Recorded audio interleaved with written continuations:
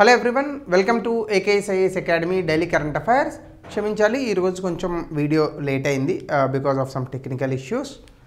So ఇక ఈరోజు టాపిక్లోకి వెళ్ళే ముందు నేను ఇచ్చిన క్వశ్చన్లో India safeguards one right to marry the person of one's choice, ఇది article 21, right to life, right to privacy, ఇలా చాలా ఇంటర్ప్రిటేషన్స్ చేసింది సుప్రీంకోర్టు. ఇంకా before we go to the topic, if you are looking for UPSC admissions అట్లాగనే group 1 and group 2 for both AP and Telangana in both mediums of English and Telugu, దయచేసి కింద నెంబర్కి call చేయండి. So they will give you all the details. ఇంకా ఈరోజు topic వచ్చేసి ఇటీవల కాలంలో ఢిల్లీలో జరిగినటువంటి బాంబు పేలుడు, దాని తర్వాత జమ్మూ అండ్ కాశ్మీర్లో ఒక పోలీస్ స్టేషన్లో ప్రమాదవశాత్తు పేలినటువంటి బాంబు పేలుడు, ఈ రెండిట్లోని కూడా అమోనియం నైట్రేట్ని వాడారు అనేటటువంటి ఒక అంశం బయటకు వచ్చింది. అలాగనే మనందరికీ తెలిసినటువంటి బాంబుకి సంబంధించి RDX, మనం చాలాసార్లు ఈ పేరును వింటూ ఉంటాం. అయితే జనరల్గా ఇవి ఉగ్రవాదులు ఎట్లా తయారు చేయాలి అని నేర్చుకుంటారు, కానీ యూపీఎస్సీ ఆస్పిరెంట్స్ లేదా జనరల్ నాలెడ్జ్ పెంచుకోవాలి అని అనుకునే వాళ్ళు అసలు ఏంటివి అంటే, అమోనియం నైట్రేట్తో మనం ఏం చేస్తాం, RDX అంటే ఏంటి అని ఒక జనరల్ ఇన్ఫర్మేషన్ని మనం చూసి నేర్చుకోవాలి. అఫ్కోర్స్ ఇంకొంచెం డెప్త్కి వెళ్తే యూపీఎస్సీ ఎగ్జామినేషన్కి అది సరిపోతుంది. సో ముందుగా న్యూస్లో ఎందుకు ఉందంటే, ఒక మ్యాసివ్ ఎక్స్ప్లోజన్ నౌగాం పోలీస్ స్టేషన్లో జరిగింది. ఇక్కడ ఏంటంటే అమోనియం నైట్రేట్తో ఉన్నటువంటి కొన్ని ఎక్స్ప్లోజివ్స్ని సీజ్ చేశారు. అన్ఫార్చునేట్లీ ప్రమాదవశాత్తు అవి పేలిపోయాయి. అయితే కొంతమంది డాక్టర్స్గా, వైట్ కాలర్ టెర్రరిజం అని అంటాం కదా, ఇలా డాక్టర్స్గా చలామణి అవుతున్నటువంటి వ్యక్తులే వీటిని తయారు చేశారు. సో ఇది ఇంకా దారుణమైనటువంటి పరిస్థితి. అంటే చదువుకోలేని వాళ్ళు వీళ్ళు టెర్రరిజం వైపు వెళ్ళారంటే ఒక అర్థం ఉంది, కానీ డాక్టర్స్, ఇంజనీర్స్ ఇట్లాంటి వాళ్ళు టెర్రరిజం వైపు వెళ్ళారంటే అది చాలా మనం ఆలోచించాల్సినటువంటి విషయం. అయితే ఇందులోకి వెళ్తే అసలు ఫస్ట్ ఆఫ్ ఆల్ మనకి IED, RDX ఈ రెండు పేర్లు ఎక్కువగా వినిపిస్తున్నాయి. సో IED అనేటటువంటిది ఫస్ట్ ఆఫ్ ఆల్ కనుక మనం చూస్తే, ఇది ఒక అన్కన్వెన్షనల్ ఎక్స్ప్లోజివ్ వెపన్. అంటే సాధారణంగా ఉన్నటువంటి దానికన్నా కూడా ఈ IEDస్లో ఈ IED అనేటటువంటిది కొంత సాంప్రదాయ విరుద్ధంగా ఉన్నటువంటి ఒక బాంబు అనమాట. ఇది చిన్న చిన్న బాంబులుగా పెట్టచ్చు, పెద్ద బాంబుగా పెట్టచ్చు, ఒక కార్ సైజ్ అంత బాంబును కూడా తయారు చేయొచ్చు. ఈ టర్మ్ IED అనేటటువంటిది కామన్గా ఎప్పుడు వచ్చిందంటే 2003లో ఎక్కువగా ఇరాక్ వార్లో వీటిని ఎక్కువగా ఉపయోగించారట. సో వీటిని చాలా ఈజీగా మ్యానుఫ్యాక్చర్ చేయొచ్చు, చాలా ఈజీగా వీటిని పేల్చవచ్చు, చాలా ఈజీగా వీటిని దాచవచ్చు. సో ఈ IED అనేటటువంటిది ఏంటంటే కామన్లీ అవైలబుల్ మెటీరియల్స్, అంటే మనకి మార్కెట్లో దొరికేటటువంటి సాధారణ మెటీరియల్స్ని వాడి ఈ ఎక్స్ప్లోజివ్స్లో యూస్ చేస్తారు. సో అందులో ముఖ్యంగా మెనీ కామన్లీ అవైలబుల్ మెటీరియల్స్ ఏంటంటే ఫర్టిలైజర్, మనం పొలాలకి వేసేటటువంటి ఎరువు, అలాగే గన్ పౌడర్, అలాగే హైడ్రోజన్ పెరాక్సైడ్, వీటిల్ని ఎక్స్ప్లోజివ్స్గా వాడి IEDస్ని తయారు చేయొచ్చు. సో అట్లాగనే ఈ ఎక్స్ప్లోజివ్స్ అనేటటువంటివి చేసేటప్పుడు వీటికి ఎడిషనల్గా ఒక ఫ్యూయల్ ఉండాలి, ఒక ఆక్సిడైజర్ ఉండాలి. ఎందుకంటే మీకు ఎప్పుడైనా ఎక్స్ప్లోజన్ జరగాలి అంటే ఈ ఎక్స్ప్లోజన్ని రిటైన్ చేయడానికి లేదా ఎక్స్ప్లోజన్ని సపోర్ట్ చేయడానికి ఆక్సిజన్ అనేటటువంటిది ఉండాలి. ఆక్సిజన్ లేకపోతే which is not possible. So కాబట్టి ఆ రియాక్షన్ని, ఎందుకంటే any explosion is a chemical reaction, ఈ కెమికల్ రియాక్షన్ని సస్టైన్ చేయాలి అంటే ఖచ్చితంగా ఆక్సిజన్ ఉండాలి. సో కాబట్టి ఆక్సిడైజర్ కూడా ఉండాలి.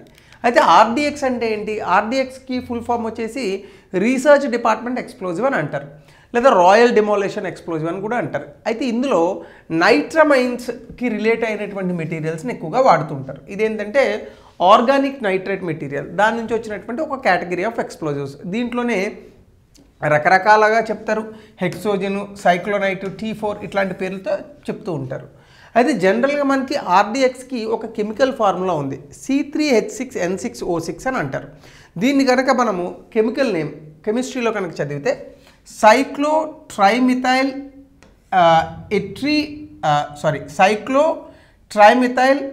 ఎనిట్రినైట్రమైన్. సో ఇది దీని తాలూకా పేరు, కొంచెం మౌత్ఫుల్, చాలా పెద్దది కాబట్టి సో గుర్తుపెట్టుకోవడం కష్టం. సో ఈ RDX సాలిడ్లో వైట్ కలర్ క్రిస్టలిన్, ఒక ఇటుక ముక్కలాగా ఉంటుంది, వాటర్లో ఇన్సాల్యుబుల్, ఇది slightly soluble in some solvents, అంటే వాటర్లో కరగదు కాబట్టి అక్కడ కూడా బాంబులు పెట్టచ్చు, అట్లానే సమ్ సాల్వెంట్స్లో ఇది కరుగుతుంది. సో అలాగనే హిస్టరీ ఆఫ్ RDX చూస్తే దీన్ని జర్మనీలో ఒక వ్యక్తి 1898లో పేటెంట్ చేశాడు, జార్జ్ ఫెడ్రిక్ హెన్నింగ్ ఇతని పేరు. అయితే ఇతను సెకండ్ వరల్డ్ వార్ వరకు దీన్ని వాడలేదు, ఫస్ట్ దీన్ని తర్వాత కాలంలో దీన్ని అడాప్ట్ చేసుకొని రకరకాలుగా వాడారు. అయితే సీక్రెట్గా దీన్ని యునైటెడ్ స్టేట్స్ ఆఫ్ అమెరికా, కెనడాలో దీన్ని చాలా వరకు తయారు చేశారట. సో అట్లాగనే ఆర్డిఎక్స్ అనేటటువంటిది లార్జ్ స్కేల్లో యునైటెడ్ స్టేట్స్ ఆఫ్ అమెరికాలోనే సింథసిస్ చేయబడింది. Even they used it in wars also. అయితే తర్వాత దీన్ని ఎలా తయారు చేయాలో చాలా అద్భుతంగా టెర్రరిస్టులు నేర్చుకున్నారు. ప్రతి చోట ఆర్డిఎక్స్ని తయారు చేయడం, దాన్ని పేల్చడం మొదలుపెట్టారు. దీని క్యారెక్టరిస్టిక్స్ ఏంటంటే ఇది సాలిడ్లో ఉంటుంది, వైట్ కలర్లో ఉంటుంది, స్ట్రాంగ్, టేస్ట్లెస్, కాబట్టి కుక్కలు దీన్ని కనిపెట్టలేవు. ఆర్డిఎక్స్ అనేది వాటర్లో ఇన్సాల్యుబుల్ అవుతుంది, పూర్లీ సాల్యుబుల్, కొన్ని సాల్వెంట్స్లో మాత్రమే కరుగుతుంది. మాలిక్యులర్ వెయిట్ 222.12 grams ఉంటుంది. అలాగే ఆర్డిఎక్స్ డీకంపోజిషన్ చూస్తే కనుక మనము ఇది 213 degrees దగ్గర డీకంపోజ్ అవుతుంది. మెల్టింగ్ పాయింట్ వచ్చేసి 205 degrees దగ్గర. సో కాబట్టి చాలా వేడి దీనికి అవసరం. సో కాబట్టి ఆ రకంగా ఆర్డిఎక్స్ని చూడొచ్చు. అయితే ఇప్పుడు అమోనియం నైట్రేట్ గురించి ఏంటి? అమోనియం నైట్రేట్ అనేటటువంటి కెమికల్ కాంపౌండ్నే ఫర్టిలైజర్లో వాడతారు. సో ఈ అమోనియం నైట్రేట్ను ఉపయోగించే ఇటీవల కాలంలో ఢిల్లీలో జరిగినటువంటి బాంబు పెళ్లిలో ఐఈడి ఎక్స్ప్లోజివ్ అనేటటువంటి దాన్ని తీసుకొచ్చారట. అయితే ఇది హైలీ ఆక్సిడైజ్డ్. ఇది ఎప్పుడు ఎక్స్ప్లోజివ్ అవుతుంది? వేరొక సెన్సిటైజింగ్ ఏజెంట్స్తో కానీ ఫ్యూయల్తో కానీ కలిసినప్పుడు అవుతుంది. అమోనియం నైట్రేట్కి కెమికల్ ఫార్ములా NH4NO3. సో ఇప్పుడు అమోనియం నైట్రేట్ అనేటటువంటి దాన్ని కనుక మనం ఒక పర్టికులర్ కెపాసిటీలో కనుక కలిపితే అది బాంబుగా మారడానికి అవకాశం ఉంది. ముఖ్యంగా ఇది ఆక్సిడైజర్. ఇది సాధారణంగా అయితే ఏమీ కూడా ఉండదు. అంటే సాధారణంగా మీరు అమోనియం నైట్రేట్ మీద అగ్గిపుల్ల గీస్తే అదేం మండదు. So it doesn't burn alone. కాకపోతే అదర్ మెటీరియల్స్తో కలిసినప్పుడు మాత్రం ఇది విచిత్రమైనటువంటి పేలుడు పదార్థంగా మారేటటువంటి అవకాశం ఉంటుంది. అది ఇది ఎక్కువగా సాల్యుబుల్, వాటర్లో చాలా ఈజీగా డిజాల్వ్ అవుతుంది. థర్మల్లీ అన్స్టేబుల్, అంటే డీకంపోజిషన్కి వెళ్ళిపోతుంది హై టెంపరేచర్ దగ్గర. సో దానివల్ల వైలెంట్ ఎక్స్ప్లోజన్స్ జరుగుతాయి. సో చాలా తక్కువ ప్లేస్లోనే చాలా వైలెంట్ ఎక్స్ప్లోజన్స్ జరగడానికి ఆర్డిఎక్స్ కన్నా ఇది బెటర్గా యూస్ చేస్తున్నారు. ఎందుకంటే తక్కువ మోతాదుతో ఎక్కువ పేలుడు సంభవిస్తుంది. వైట్ క్రిస్టలిన్ సాలిడ్లో ఉండడం వల్ల మనకి ఇది ఏంటంటే కామన్ సాల్ట్ లాగా కనిపిస్తుంది. కాబట్టి లార్జ్ క్వాంటిటీస్ని మనం ఐడెంటిఫై చేయడం అనేటటువంటిది కష్టమవుతుంది.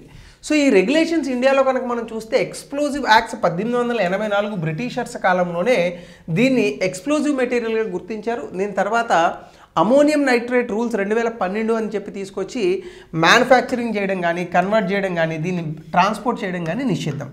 అంటే 45% కన్నా ఎక్కువ అమోనియం నైట్రేట్ కనుక ఉంటే దాన్ని ఎక్స్ప్లోజివ్గా చూస్తారు. అంటే ఏదైనా ఒక మెటీరియల్లో 45% కన్నా తక్కువగా మిక్చర్ కంటైనింగ్ అందులో ఉంటే, అంటే ఒక పర్టికులర్ మిక్చర్లో 45% కన్నా తక్కువ అమోనియం నైట్రేట్ ఉంటే అది పేలదు. దానికన్నా ఎక్కువ ఉంటే మాత్రమే ఇది పేలుడు సంభవించేటటువంటి అవకాశం ఉంటుంది. సో ఇటీవల కాలంలో జరిగినటువంటి ఢిల్లీ పేలుళ్ళలో అంతకన్నా ఎక్కువ ఉపయోగించారనేటటువంటిది పోలీసుల తాలూకా అనుమానం. సో అట్లానే దీని రిక్వైర్ లైసెన్సెస్, ఒకవేళ దీన్ని వాడాలన్నా ఇండస్ట్రియల్ మ్యానుఫ్యాక్చర్కి ఇండస్ట్రియల్ లైసెన్సెస్ కావాలి. దీనికి అమోనియం నైట్రేట్ రూల్స్ 2012 ఉన్నాయి. సో స్టోరేజ్ చేయాలన్నా, యూజ్ చేయాలన్నా. కానీ సాధారణంగా మనము దీన్ని ఫర్టిలైజర్స్లో వాడతాం, అంటే ఎరువుల మందులో వాడతాం. సో ఇది స్టెబిలిటీ, ఎఫిషియన్సీ ఉంటుంది. ఎందుకంటే అమోనియం నైట్రేట్ ద్వారానే మొక్కలకి కావాల్సినటువంటి నైట్రోజన్ని మనం తీసుకెళ్తాం. ఇక్కడే మనం ఆలోచించాలి. అమోనియం నైట్రేట్ని ఒక రైతు వాడితే మనందరి కడుపు నిండుతుంది, ఒక ఉగ్రవాది వాడితే మనందరం కూడా మరణిస్తాం. సో ఇది తేడా. ఇక్కడ మనం రైతుకి, ఉగ్రవాదికి ఉన్న గుర్తింపుని చాలా ఈజీగా డిఫరెన్షియేట్ చేయొచ్చు. అంతే కదా. అమోనియం నైట్రేట్ని రైతు పొలాల్లో జల్లితే అది ఎరువుగా మారి మనందరికీ కూడా ఆహారాన్ని ఇచ్చేటటువంటి పంటలుగా మారుతుంది. అదే టెర్రరిస్ట్ చేతికి ఇస్తే వాడు బాంబులు పెట్టి ఇంకో 20 మందినో 40 మందినో చంపేస్తూ ఉంటాడు. సో ఇది వాళ్ళిద్దరికీ ఉన్న డిఫరెన్స్. అంటే కంపేర్ చేయకూడదు, మీకు అర్థమవుతుందని చెప్పాను అంతే. సో అట్లాగే ఇండస్ట్రియల్ ఎక్స్ప్లోజివ్స్ చూస్తే ఇందులో మేజర్ ఇంగ్రీడియంట్ కమర్షియల్ ఎక్స్ప్లోజివ్స్లో అమోనియం నైట్రేట్ ఫ్యూయల్ ఆయిల్ని తీసుకుంటారు. 80% of the explosives mining, quarrying చేసేటప్పుడు పెద్ద పెద్ద పేలుళ్ళు వస్తాయి. అలాంటి సమయాల్లో దీన్ని ఎక్కువగా వాడతారు. అలాగే ఎమాటోల్, ఎమోనాల్, మెనాల్, నైట్రోలైట్ ఇలాంటి వాటిలో వాడినప్పుడు కూడా ఇది పేలుళ్ళు సంభవిస్తుంది. అలాగే ఇంప్రొవైజ్డ్ ఎక్స్ప్లోజివ్, ఇందాక చెప్పాను కదా, ఐఈడి అంటే ఇంప్రొవైజ్డ్ ఎక్స్ప్లోజివ్ డివైజెస్. ఆర్డిఎక్స్ వేరు, రీసెర్చ్ డెవలప్మెంట్ ఎక్స్ప్లోజివ్స్ చూసాం కదా. అట్లా ఇంప్రొవైజ్డ్ ఎక్స్ప్లోజివ్ డివైజెస్ ఐఈడీస్ ఏవైతే ఉన్నాయో ఇందులో ఈ అమోనియం నైట్రేట్ని చాలా ఈజీగా వాడేస్తున్నారు. ఎందుకంటే ఇది బయట ఫర్టిలైజర్స్ రూపంలో చాలా ఈజీగా దొరుకుతుంది. కెమిస్ట్రీ తెలిసిన వాళ్ళకి, ముఖ్యంగా ఈ పేలుళ్ళకి సంబంధించి నేర్చుకున్న వ్యక్తులకి, సాధారణ కెమిస్ట్రీ వాళ్ళు కాదు, సో వాళ్ళకి ఏ ఫ్యూయల్తో కంబైన్ చేసి దీన్ని పేల్చాలనేటటువంటి దాంట్లో చాలా నిష్ణాతులు అయిపోతున్నారు ఇప్పుడు. కాబట్టి ఐఈడి ఎక్స్ప్లోజివ్స్ చాలా విరివిగా సంపాదించేటటువంటి కెపాసిటీ ఇప్పుడు టెర్రరిస్టులకు దొరుకుతుంది. సో కాబట్టి దీని మీద ఖచ్చితంగా ప్రభుత్వం చాలా చర్యలు తీసుకోవాలి. అమోనియం నైట్రేట్ దొరికేటటువంటి అవకాశాలను తగ్గించాలి. అట్లాగే ఇన్స్టెంట్గా cold packs, for example ammonium nitrate ఇలాంటి వాటిని ఫర్టిలైజర్స్ని మీరు ఎప్పుడైనా చూడండి, మేము కెమిస్ట్రీలో ఉన్నప్పుడు ఇట్లాంటి ప్రయోగాలు చేసేవాళ్ళం. మీరు నీటితో కలిపితే చాలా చల్లదనం వస్తుంది ఫర్టిలైజర్. సో అట్లా ఇన్స్టెంట్ కోల్డ్ ప్యాక్స్గా వాడతారు ఇది. అలాగే ఎక్స్పెరిమెంటల్లో కూడా కూలింగ్ సిస్టమ్స్ కోసం, రెఫ్రిజరెంట్ కోసం వాడతారు, ఎయిర్ బ్యాగ్ ఇన్ఫ్లేటర్స్లో వాడతారు. ఇప్పుడు డిస్కంటిన్యూ చేశారు, సేఫ్టీ కన్సర్న్స్ పేలుతున్నాయని చెప్పేసి. సో ఇలా అమోనియం నైట్రేట్ని అనేక సందర్భాల్లో వాడుకునే అవకాశం ఉంది. కానీ ఇప్పుడు ఉగ్రవాదులు మాత్రం వీటిని పూర్తి స్థాయిలో పేలుళ్ళ కోసం వేసి అమాయకుల ప్రాణాలు తీస్తున్నారు. సో కాబట్టి ఇది అమోనియం నైట్రేట్కి సంబంధించి మనం డెప్త్గా చదువుకుంటే ఎగ్జామినేషన్ పాయింట్ ఆఫ్ వ్యూలో అడిగేటటువంటి ప్రశ్నలు. సో దీనికి రిలేటెడ్గా ఒక ప్రశ్న ఇచ్చాను, దయచేసి కమెంట్ సెక్షన్లో తెలపండి. అట్లాగనే what is the IED, explain its key components and discuss how they pose a major challenge to internal security. 200 పదాల్లో రాయండి. సో ఇది ఈరోజు ఇంపార్టెంట్ టాపిక్. సో అలాగే దయచేసి ఈ పర్టికులర్ వీడియోని కూడా మీ ఫ్రెండ్స్కి అది షేర్ చేయండి, so that we can have a better understanding about these subjects. So thank you, have a good day.